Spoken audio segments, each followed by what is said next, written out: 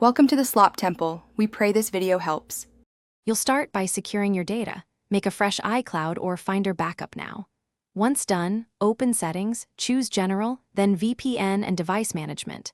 You'll see the iOS Beta software profile listed. Tap it and choose Remove Profile. Enter your device passcode when prompted and confirm removal. This step stops future beta downloads and is safe. It doesn't downgrade your current iOS yet. Make sure to restart your iPhone after removal so the change takes effect properly. Once you've removed the profile and restarted, go to Settings General Software Update to verify you're on the standard release channel.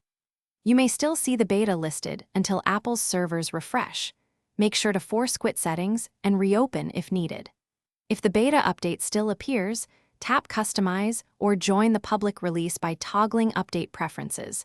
Otherwise, simply ignore the beta entry. This ensures you won't automatically download beta builds and that future updates come from the stable public releases.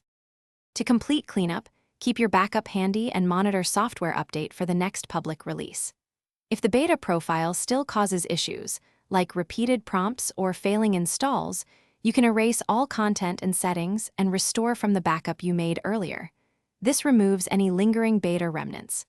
If you prefer not to erase, contact Apple support or visit an Apple store for profile removal tools. One key tip: don't restore a backup made while on beta to a non-beta iPhone without caution. Thanks for watching. Consider subscribing if we helped you.